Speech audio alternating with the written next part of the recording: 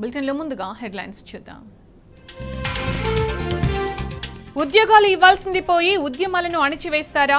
ప్రజలపై దాడులు చేయడమే ప్రజాపాలన అంటూ కేటీఆర్ ఫైర్. పోలీసుల దాడిలో గాయపడ్డ బీఆర్ఎస్వి నాయకులకు కేటీఆర్ పరామర్శ. ప్రభుత్వ బెదిరింపులకు భయపడేది లేదన్న వర్కింగ్ ప్రెసిడెంట్. ప్రశ్నించే గొంతుకులపై కక్షగట్టిన కాంగ్రెస్ సర్కార్. గిరిజనుడు మాలోతు సురేష్ను హింసించిన పోలీసులు.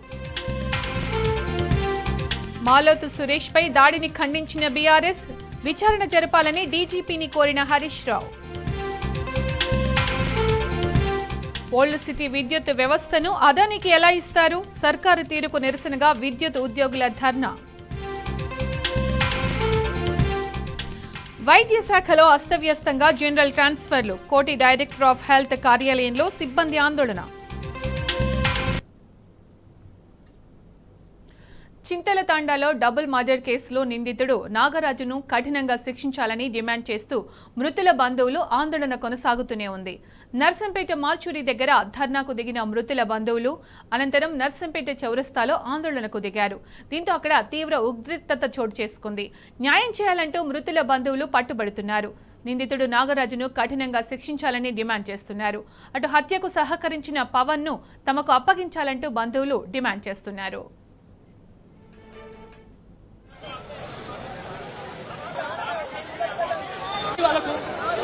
సార్ సీతక్క సీతక్క ఎడుపాయ ఎక్కడ పడుకున్నావు? సీతక్క ఎక్కడ పడుకున్నారు? ఇప్పుడు కాదా గిరిజన బిడ్డ కాదా పడుకున్నారు? ఇప్పుడు గిరిజన బిడ్డ సీతక్కను పిలవండి, సీతక్కను పిలవండి. బట్టి విక్రమార్కండి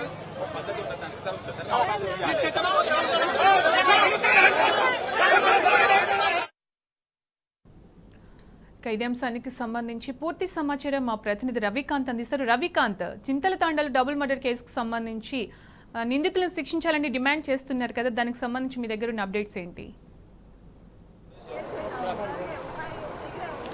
సునీల, ప్రజెంట్ మనం నర్సంపేట ఏరియా ఆసుపత్రిలో ఉన్నటువంటి మార్చురి వద్ద ఉన్నాము. పెద్ది సుదర్శన్ రెడ్డి, మాజీ ఎమ్మెల్యే పెద్ది సుదర్శన్ రెడ్డి ఇక్కడికి వచ్చే వరకు కూడా పూర్తి స్థాయిలో ఇక్కడ తాళాలు వేసి ఉన్న నేపథ్యము.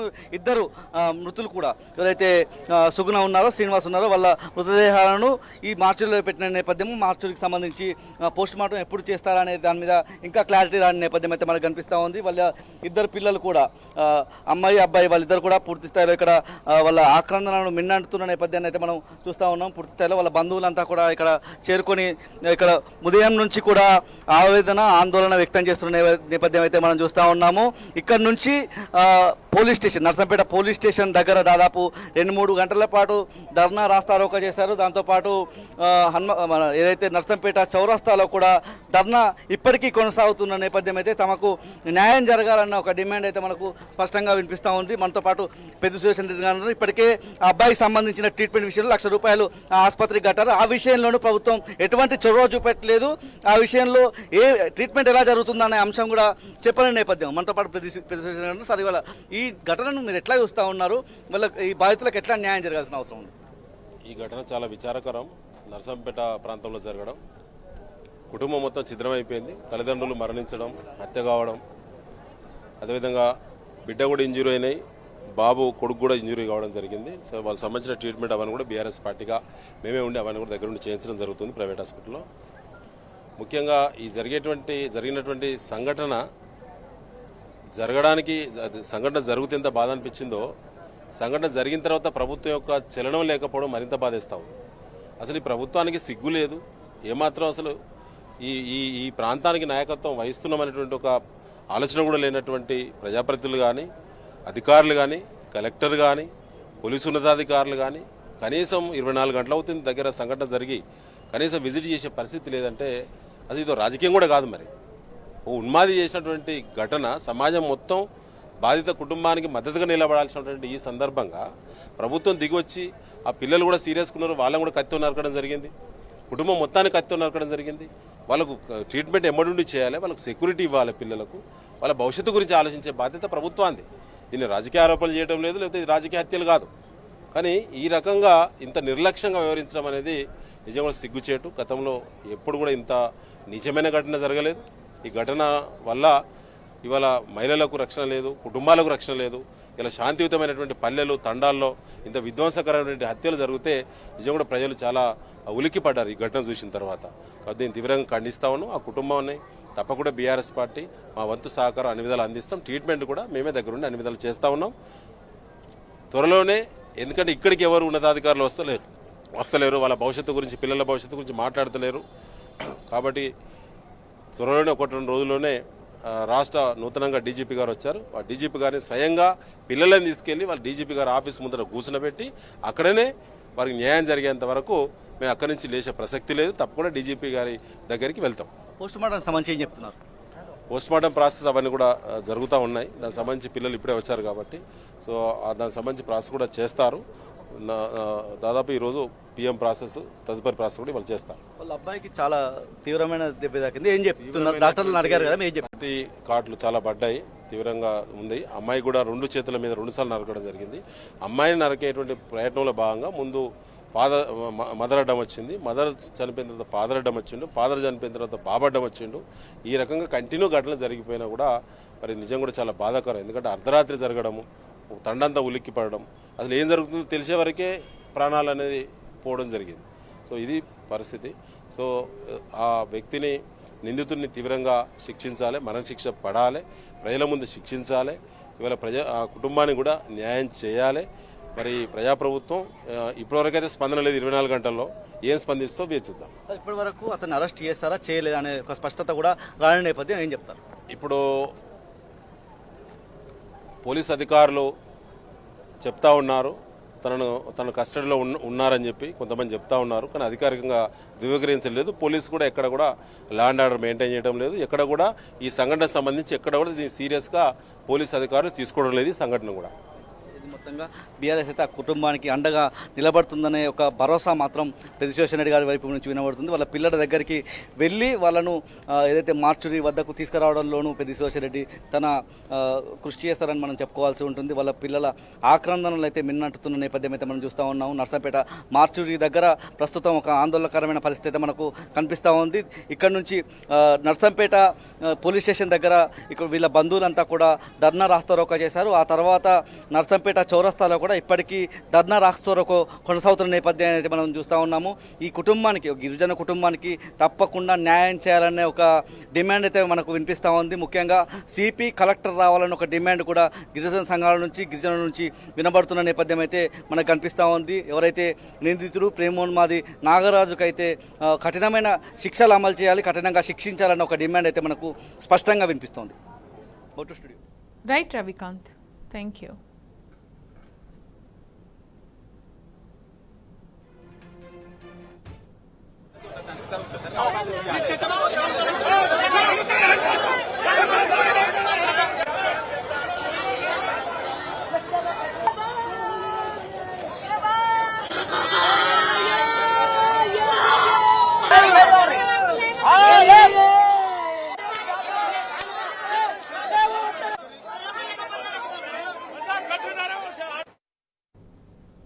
ప్రశ్నించే గొంతుకలపై కాంగ్రెస్ సర్కార్ కక్షగట్టింది.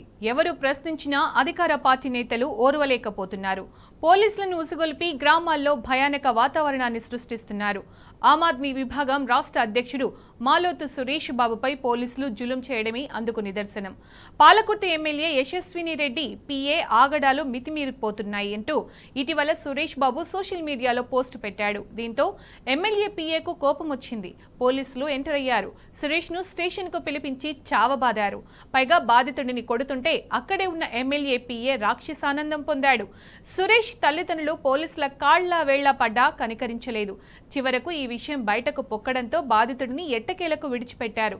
అకారణంగా తనను చావబాదిన పోలీసులపై తగిన చర్యలు తీసుకోవాలని సురేష్ డిమాండ్ చేశారు. లేని పక్షంలో కాంగ్రెస్కు తగిన శాస్తి తప్పదని హెచ్చరించారు.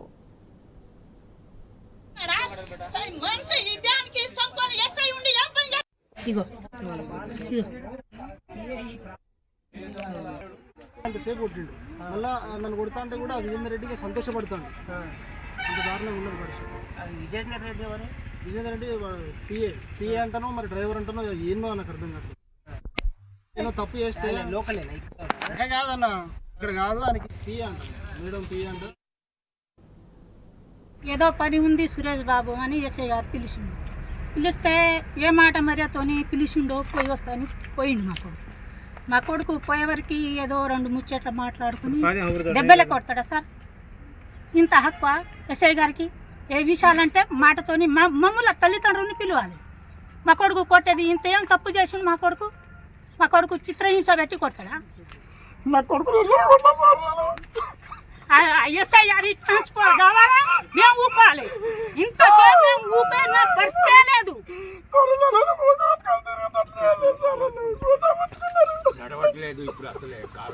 ఇదివరకు మా కొడుకు చిత్రహింస పెట్టి కొడతాడు ఎస్ఐ. డ్యూటీ చేస్తాడా? ఏం చేస్తాడు ఆయన? మా కొడుకు సేవ చేస్తాడు, ప్రజల సేవ చేస్తాడు, దోపిడీ చేస్తాడు. మా కొడుకు కష్టపడి సాధిస్తాడు. రాజ్యం అంతా బాగుపడాలి, మంచిగా ఉండాలి అని చేస్తాడు మా కొడుకు. కానీ మా కొడుకు లంగ దొంగ పని చేస్తాడు. మళ్ళా కేసు 3 సెక్షన్ మీద కేసు చేస్తాడా? దేని కొరకు చేసిండు? ఏమైనా ఎవరికి కొట్టి చంపి వచ్చిండు అని కేసు వేస్తాడా ఎస్ఐ గారు? నా కళ్ళారా చూసిన నేను పోక ముందు నా కొడుకును కొట్టి ముద్దుకెక్కించి కూర్చోబెట్టి ఉంచారు. నేను ఇంతట్లోకి పోయి చూసిన, నన్ను కానిస్టేబుల్ లోపలికి రాణిస్తలేరు. నేను ఎంతగానో బతమాలన్నా ఇంతమంది ఆ పెద్ద మనుషుల పెద్దలను సారాన్ని దండం పెట్టి గౌరవించి ప్రజల కోసం బాగు కోసం చేసిండో సార్ అని క్షమించండి సార్ అని నేను క్షమించని అడిగిన. నేను సారాన్ని బతమాలాడి దండం పెట్టి బతలాడిన, ఇట్లా దండం పెట్టినా సుధా ఏమాత్రం రెస్పాన్స్ చేయకుండా చేసిర్రు. మా మీద చాలా కక్ష కట్టిండు.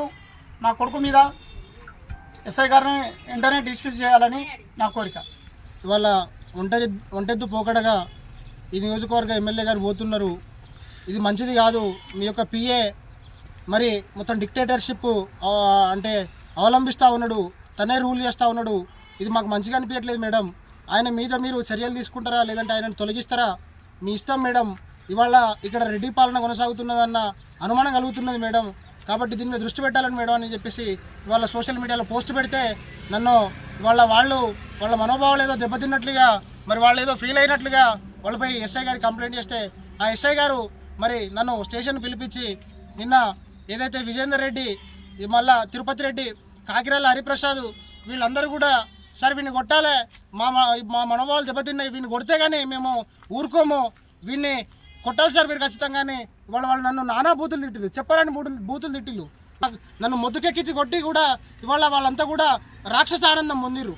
నాకు ఇది సరైన పద్ధతి అనిపించలే. మీరు న్యాయబద్ధంగా నా మీద కేసు పెట్టి నన్ను జైలు వల్ల నేను దానికి సిద్ధమే మేడం. కానీ ఇట్లాంటి చర్యలకు పాల్పడితే మీరు కానీ మీ పార్టీ కానీ తీవ్ర నష్టం జరుగుతుంది. కానీ ఇవాళ నువ్వు 8 నెలలు కాగానే ఇవాళ ఏ రకంగా కేసులు పెడతావు? ఇవాళ ఏ రకంగా కేసులు పెడతావు మేడం? ఇవాళ నీకు తెలియదా ఇవాళ విద్యార్థుల సమస్యలు ఏంటో, నిరుద్యోగుల సమస్యలు ఏంటో, ప్రాంతీయ సమస్యలు ఏంటో? మీకోసం మీ మంచికి చెప్తే మీరేమో మా మీద కేసులు పెట్టి అక్రమ కేసులు బనాయించడం. అందులో నేను ఒక గిరిజనుడిని. ఇవాళ మెజారిటీ ఓటు బ్యాంకింగ్ వాళ్ళ ఈ పాలకుర్తి నియోజకవర్గంలో గిరిజనులు ఉన్నది. ఇవాళ మీరు ఏ మొహం పెట్టుకొని రేపు తండాలు తిరుగుతారో నేను ఈ సందర్భంగా కూడా మిమ్మల్ని అడుగుతా ఉన్నా. ఏదైతే ఎస్ఐ గారిను నన్ను కొట్టిన ఎస్ఐ గారిని అదేవిధంగా కొట్టించిన విజేందర్ రెడ్డి మీద తక్షణమే వీళ్ళిద్దరి మీద చర్యలు తీసుకోవాలా, ఎస్సీ ఎస్టీ కేసులు నమోదు చేయాలనేసి గవర్నమెంట్ డిమాండ్ చేస్తూ ఉన్నాం. లేదంటే రేపు స్థానిక ఎన్నికల్లో మిమ్మల్ని ఓడించే ప్రయత్నం మాత్రం ఖచ్చితంగా చేస్తారనేసి ఈ సందర్భంగా తెలియజేస్తా ఉన్నాను.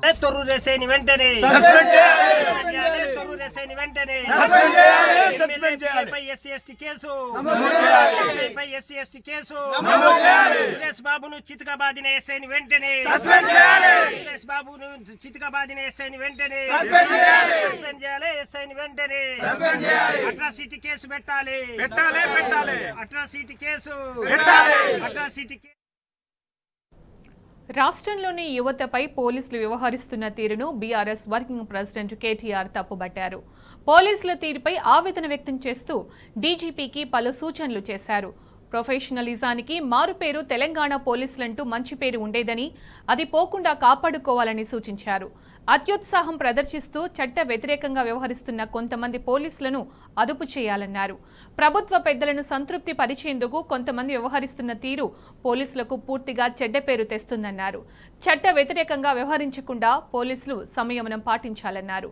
సామాజిక మాధ్యమాల్లో ప్రభుత్వాన్ని విమర్శిస్తే కూడా పోలీసులు అదుపులోకి తీసుకుంటున్నారని గుర్తు చేశారు. తొర్రూరు నియోజకవర్గంలో మాలోతు సురేష్ బాబు అని గిరిజన యువకుడిని పోలీసులు అదుపులోకి తీసుకుని క్రూరంగా హింసించారని స్పష్టం చేశారు.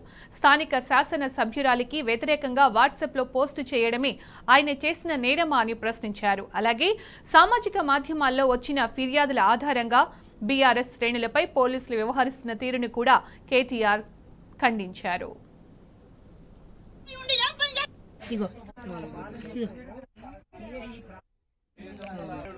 అంతసేపు కొట్టిండు, మళ్ళా నన్ను కొడతా అంటే కూడా విజేందర్ రెడ్డిగా సంతోషపడుతాను.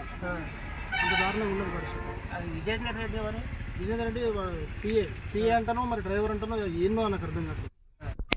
నేను తప్పు చేస్తే కాదన్న, ఇక్కడ కాదు, ఆయనకి పిఏ అంటాను, మేడం పిఏ అంటారు. తర్వాత ఏమన్నాడు ఎస్ఐ ఏమన్నాడు, ఇప్పుడు రేపు రండి తలకాయ పని చేస్తలేదారా, ఏం ఎమ్మెల్యేతో పెట్టుకుంటావరా నువ్వు, అది నన్ను. సరే సార్ నాకు తప్పైంది సార్, నేను ఇంకోసారి అట్లా చేయను సార్ అని కూడా చెప్పి ఏం తీసుకొచ్చినావు? ఎవరైనా దొంగతనం చేసుకొచ్చినావా? ఎవరైనా ఇల్లు వెళ్ళిపోకొచ్చినావా? అందుకబట్టి ఎట్లా కొట్టిందా? ప్రజల సేవ చేస్తాడు నా కొడుకు, ప్రజల సేవ చేసుకుంటాడు. కాళ్ళ నడువు చేత కాకుండా ఇప్పుడు మంచంలో పడి ఉన్నాడు. ఎస్ఐ గారు నిన్న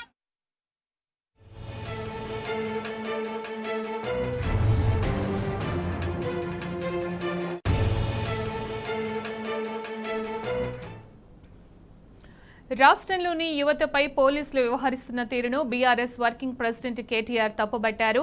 పోలీసుల తీరుపై ఆవేదన వ్యక్తం చేస్తూ డీజీపీకి పలు సూచనలు చేశారు.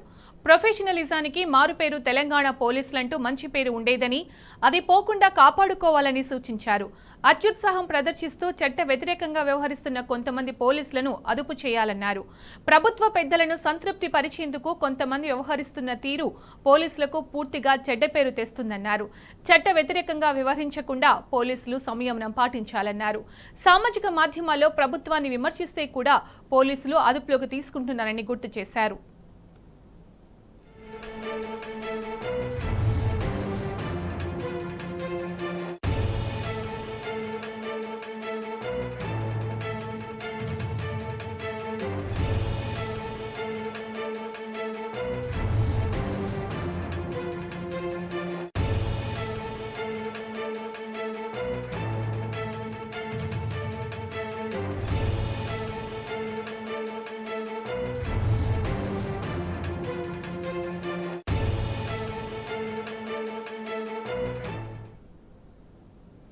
రాష్ట్ర ప్రభుత్వ తీరుపై విద్యుత్ ఉద్యోగులు మండిపడ్డారు. ఓల్డ్ సిటీ విద్యుత్ వ్యవస్థను అదానికి అప్పగింతపై నిరసన వ్యక్తం చేస్తూ విద్యుత్ ఉద్యోగులు ఎస్పీడీసీఎల్ ప్రధాన కార్యాలయం ముందు ధర్నా చేపట్టారు. దావోస్ ఢిల్లీలో సీఎం రేవంత్ రెడ్డి అదానీ కంపెనీ ప్రతినిధుల మధ్య జరిగిన ఒప్పందం ఏంటో బయట పెట్టాలంటూ ఆగ్రహం వ్యక్తం చేశారు. 4 కోట్ల ప్రజల ఆస్తిని అదానీకి, అంబానీకి ఇస్తామంటే చూస్తూ ఊరుకోమని హెచ్చరించారు.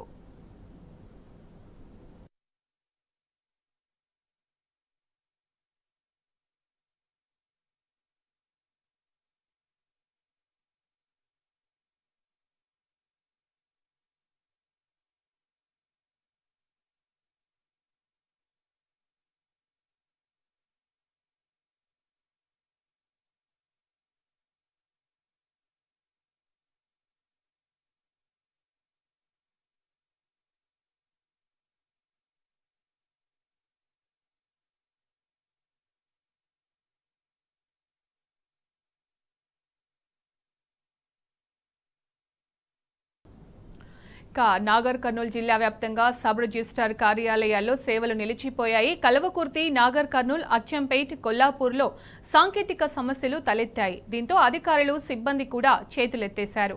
పైనుంచే సమస్య ఉందని చెప్పుకొచ్చారు. టెక్నికల్ ఇష్యూ అంటూ బోర్డులు పెట్టేశారు. క్రయ విక్రయదారులు ఉదయం నుంచి సాయంత్రం వరకు పడిగాపులు కాసినా ఫలితం లేకపోయింది. ప్రభుత్వానికి ఆదాయాన్ని సమకూర్చే సబ్ రిజిస్టర్ ఆఫీసుల్లో ఇంత పెద్ద సమస్య తలెత్తినా సర్కారు పట్టించుకోకపోవడంపై జనం ఆగ్రహం వ్యక్తం చేశారు. ప్రజలను ఇబ్బందులు పెట్టడమే ప్రభుత్వ ఉద్దేశమా అని మండిపడ్డారు.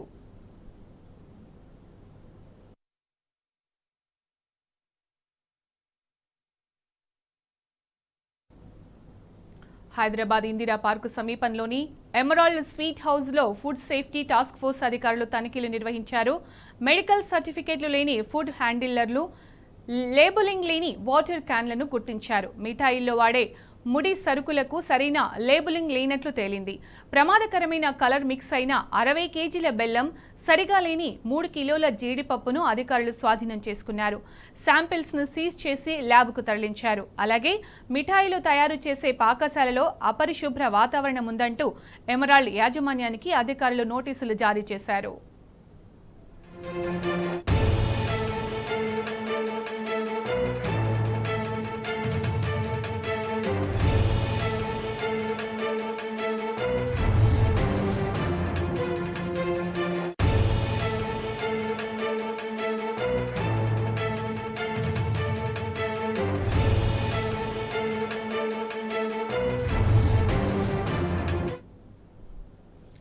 హైదరాబాద్ ఇందిరా పార్కు సమీపంలోని ఎమరాల్డ్ స్వీట్ హౌస్లో ఫుడ్ సేఫ్టీ టాస్క్ ఫోర్స్ అధికారులు తనిఖీలు నిర్వహించారు. మెడికల్ సర్టిఫికేట్లు లేని ఫుడ్ హ్యాండిలర్లు, లేబులింగ్ లేని వాటర్ క్యాన్లను గుర్తించారు. మిఠాయిల్లో వాడే మురి సరుకులకు సరైన లేబులింగ్ లేనట్లు తేలింది. ప్రమాదకరమైన కలర్ మిక్స్ అయిన 60 కేజీల బెల్లం, సరిగా లేని 3 కిలోల జీడిపప్పును అధికారులు స్వాధీనం చేసుకున్నారు. శాంపిల్స్ ను సీజ్ చేసి ల్యాబ్కు తరలించారు. అలాగే మిఠాయిలు తయారు చేసే కిచెన్లో అపరిశుభ్ర వాతావరణం ఉందంటూ ఎమరాల్డ్ యాజమాన్యానికి అధికారులు నోటీసులు జారీ చేశారు.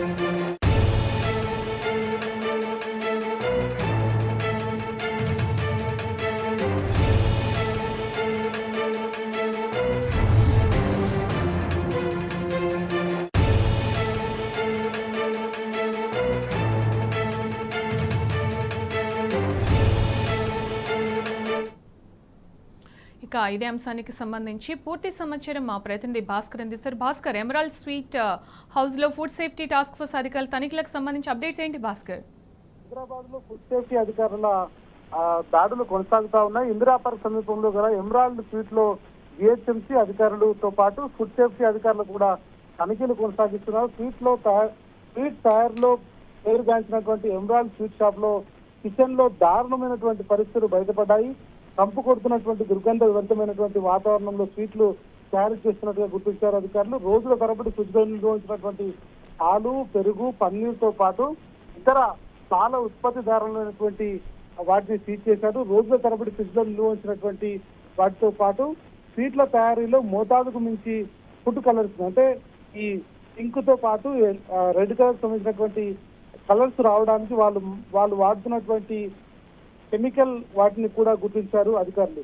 కిచెన్ లో తిరుగుతున్నటువంటి ఎలుకలు, పందికొక్కలు వాటితో పాటు వాళ్ళు ఎక్కడైతే వాటిని సేఫ్ గా పెడుతున్నారో ఆ ప్రాంతం కూడా అంతా దుర్గంధం వచ్చేటువంటి పరిస్థితిలో ఉంది. సేఫ్టీగా లేకపోవడంతో అధికారులు వాటిని సీజ్ చేయడం జరిగింది. ఎమరాల్డ్ స్వీట్ తయారీ నిర్వాహకులపై ఫుడ్ సేఫ్టీ అధికారులు సీరియస్ అయి వాటిపైన కేసు నమోదు చేశారు. చాలా వరకు ఇప్పుడు ఈ రోజులలో కోవిడ్ తర్వాత ఎక్కువగా కూడా వాళ్ళు ఆ, ఆ, వాడుతున్నటువంటి ఏవైతే వస్తువులు ఉన్నాయో వస్తువులు కావచ్చు, స్వీట్లు కావచ్చు, ఆహార పదార్థాలు కావచ్చు, అవన్నీ కూడా ఆర్గానిక్ గా ఉండాలని చూస్తారు. ముందు నుంచి ఆర్గానిక్ పేరుగాంచినటువంటి ఎమరాల్డ్, దాంట్లో ఎమరాల్డ్ లో ఒకవేళ ఒక గంట తర్వాత అవి పాడైతాయి అనుకుంటే ముందుగానే గంట ముందు డిస్మెంటల్ చేసేటువంటి వ్యవహారం ఎమరాల్డ్ కొనసాగి, కానీ ఇప్పుడు జరుగుతున్నటువంటి పరిస్థితులు మాత్రం ఎమరాల్డ్ కి చాలా భిన్నంగా కనిపిస్తున్నాయి. ఎమరాల్డ్ లో జరిగినటువంటి వాటన్నింటిని గుర్తించినటువంటి ఫుడ్ సేఫ్టీ అధికారులు, జిహెచ్ఎంసీ అధికారులు కళ్ళు బయర్లు గమ్మేటువంటి వాస్తవాలు బయటకు వచ్చే ప్రస్తుతం వాటిని గుర్తించినటువంటి అధికారులు వాటిని సీజ్ చేశారు. ఎమరాల్డ్ లో ఉన్నటువంటి ఒక్కొక్క ఆహార పదార్థాలను గుర్తిస్తే వాటిని తింటే ఖచ్చితంగా హాస్పిటల్ పాలు కావడమే కాకుండా ప్రాణాలు పోయేటువంటి పరిస్థితిలో కూడా ఉందనేటువంటిది గుర్తించి ప్రస్తుతానికి వాటిని సీజ్ చేసినటువంటి వ్యవహారం అయితే కొనసాగుతుంది. వారిపైన కేసు నమోదు చేసినటువంటి జిహెచ్ఎంసీ ఫుడ్ ఇన్స్పెక్టర్ తో పాటు ఇతర అధికారులు కూడా వాటిని టెస్ట్ చేస్తున్నారు. ఇంకా ఎన్ని రోజులుగా ఈ దందా కొనసాగుతోంది. దీంట్లో ఎవరెవరు ఇన్వాల్వ్ అయ్యారనేటువంటి దానిపైన కూడా చెక్ చేస్తున్నారు. గత వారం రోజులుగా హైదరాబాద్ నగరంలో పూర్తి స్థాయిలో రెస్టారెంట్లు, స్వీట్ షాప్లు, ఇతర వర్తక వాణిజ్య వ్యాపార సంస్థలకు సంబంధించినటువంటి దాంట్లో కేవలం ఫుడ్ సేఫ్టీ అధికారులు చేసినటువంటి దాంట్లో చాలా వరకు బిర్యానీలు, అదేవిధంగా రెస్టారెంట్లు, స్వీట్ షాపులు, ఇతర జ్యూస్ స్టాల్స్ వీటిపైన పెద్ద ఎత్తున అక్రమాలు జరుగుతున్నాయి. దాంతో పాటు ప్రజల ఆరోగ్యానికి ముప్పు వాటిల్లే ప్రమాదం ఉందని గుర్తించినటువంటి అధికారులు వాటిని సీజ్ చేస్తూ ప్రజలను అప్రమత్తం చేస్తున్నారు. ఇప్పుడు ఈ సీజన్ లో, రైలు సీజన్ లో ఎక్కువ వరకు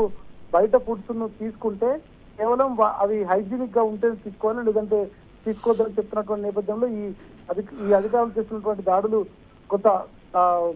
కొంత మేరకైతే పూర్తి స్థాయిలో వారు చేస్తున్నటువంటి దాడులపైన కొంత ఆసక్తి నెలకొన్నటువంటి పరిస్థితి కనిపిస్తోంది.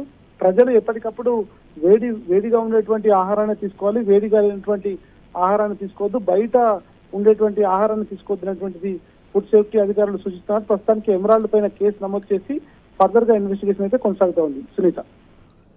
Right Bhaskar, thank you.